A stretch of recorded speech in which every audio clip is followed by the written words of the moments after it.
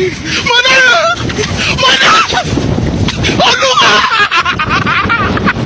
Yeay!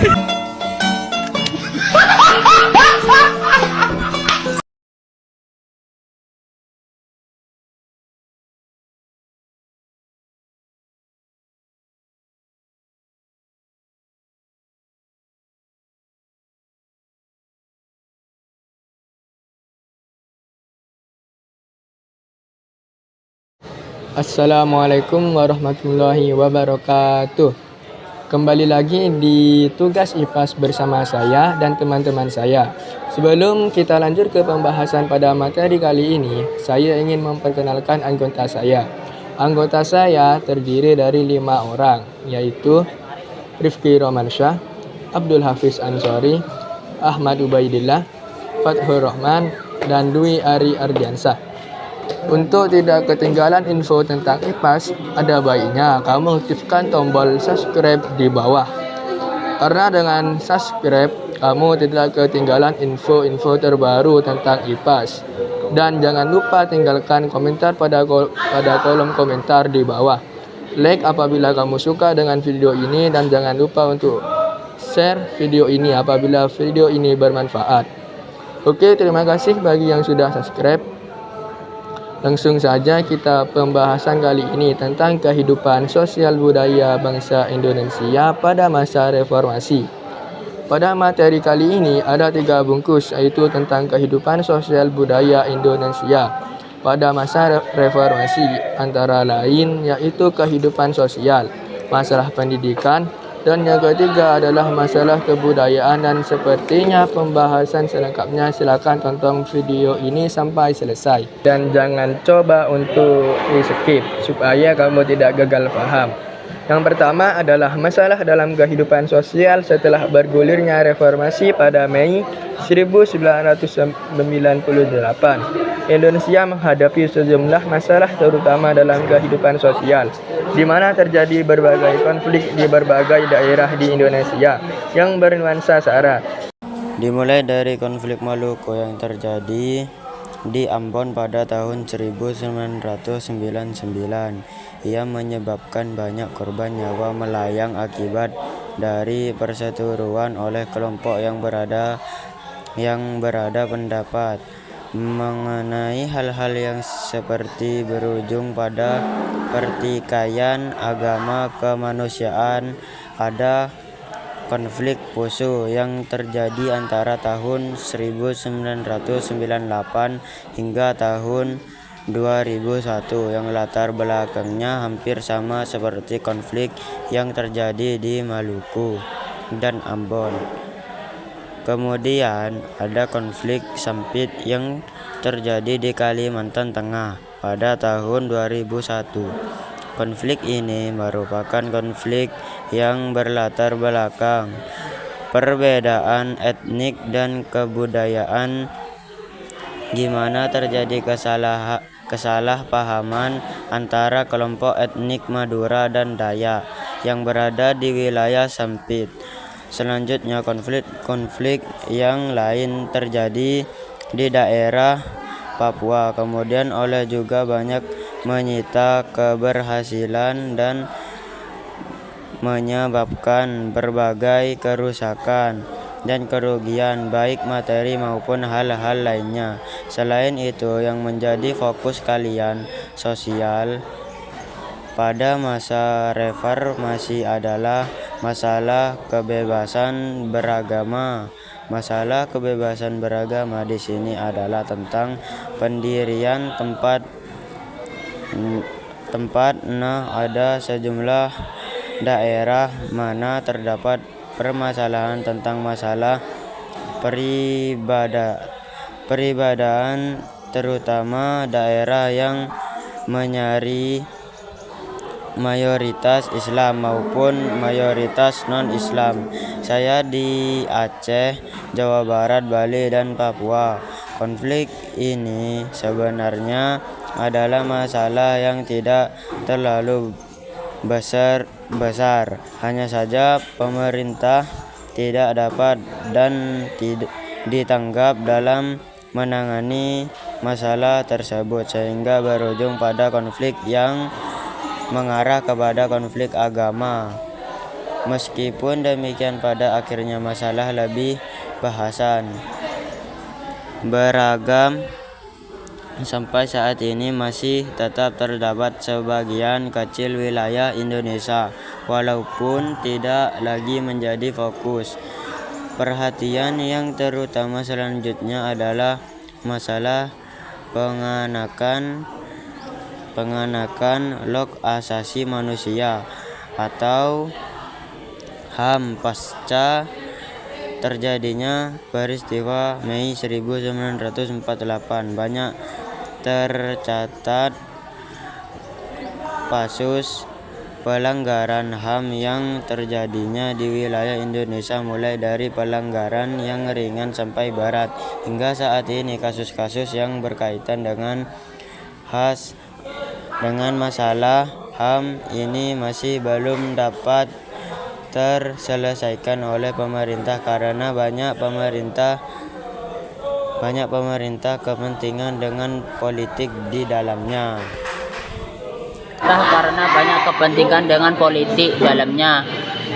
Hingga masalah ini cukup rumit untuk diselesaikan. Salah satunya adalah kasus Munir yang hingga saat ini masih menyimpan misteri. Meskipun pelakunya utamanya sudah divonis dan sudah bebas, tetapi kasus Munir ini masih menyisakan trauma dan kesedihan akibat pembunuhan aktivitas HM tersebut yang dianggap tidak wajar dan syarat akan kepentingan politik. Selain itu masalah pelanggaran HMM di sejumlah daerah. Pelanggaran HMM disebut sejumlah daerah di wilayah Indonesia juga kerap kali terjadi. Di wilayah Indonesia juga kerap kali terjadi yang sebenarnya masalah di pasar yang sebenarnya adalah didasar oleh hal-hal yang mendasari soal dalam salah satu hal-hal mendasari soalan dalam ekonomi, kemudian kesengajaan sosial sampai kepada masalah ekonomi daerah yang belum maksimal dilaksanakan. Kegolaan hal ini hingga menimbulkan kejewalaan konflik yang memicu ke arah disintegrasi hingga selain itu masa reformasi juga ditandai dengan munculnya berbagai aksi terorisme dan radikalisme yang dilakukan oleh sekelompok orang yang mengatasi dinamika agama atau melakukan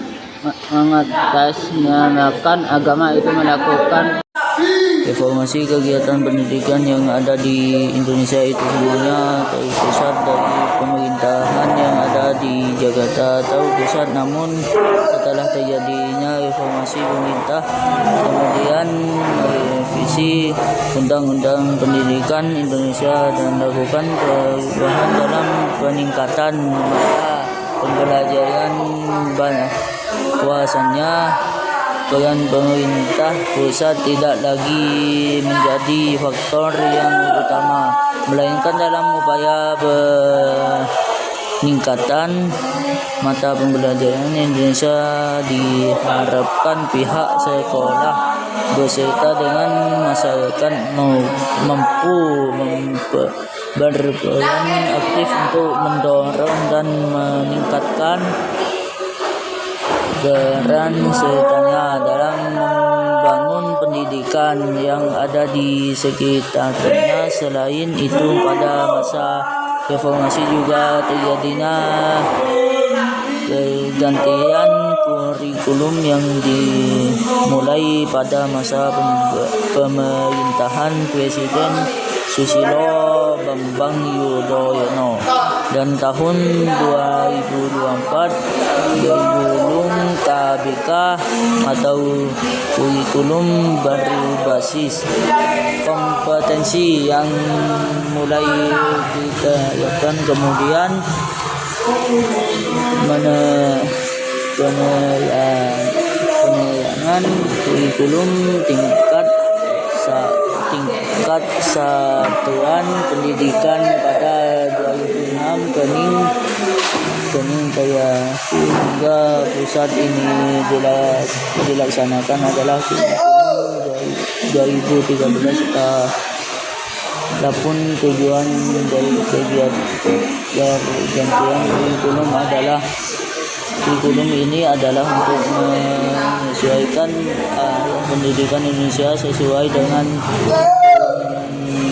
tuntunan perkembangan zaman yang ada saat ini. Dianggap butuh perubahan dan inovasi mudah dapat menyelesaikan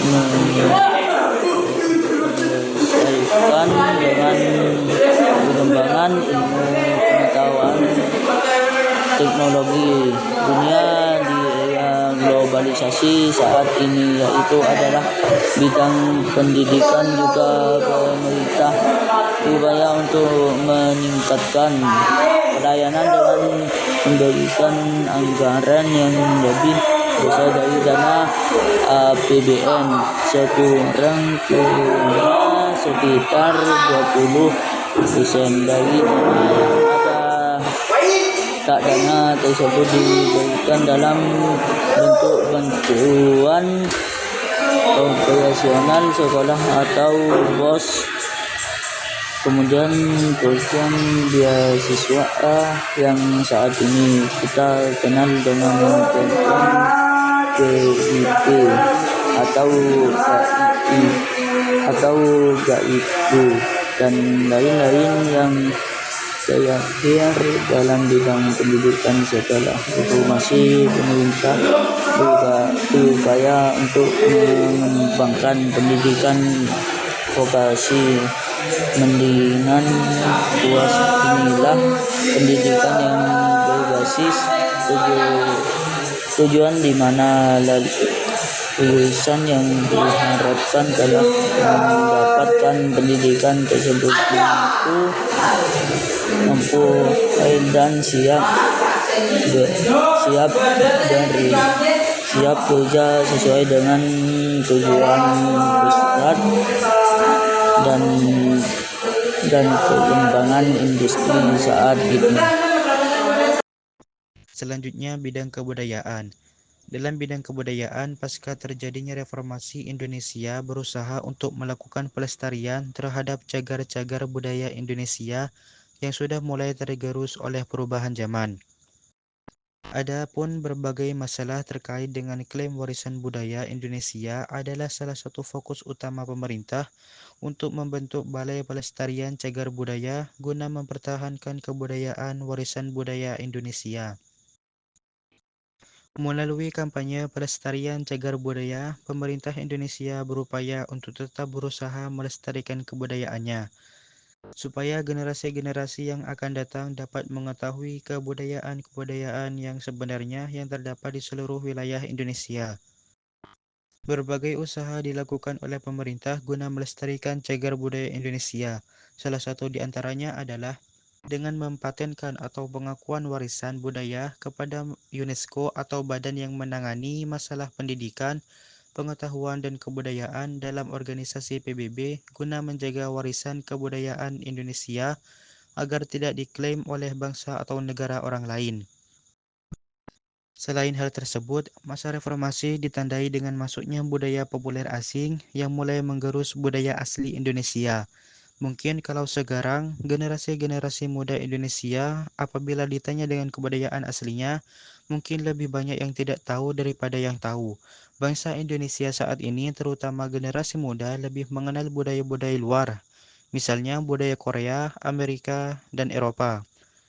Demam Korea saat ini sangat digandrungi oleh generasi-generasi muda Indonesia, terutama K-pop. Bisa kita lihat seperti saat sekarang ini, banyak pemuda-pemudi Indonesia yang mulai meniru-nirukan gaya atau style dari orang-orang Korea, Amerika, ataupun Eropa. Selain itu, masa reformasi ini juga banyak muncul kontes pencarian bakat yang sebenarnya tidak mencerminkan kebudayaan Indonesia, melainkan lebih menonjolkan pengaruh dari kebudayaan-kebudayaan luar untuk dikembangkan di Indonesia. Selain itu, perkembangan teknologi juga menjadi sorotan penting pada masa reformasi saat ini.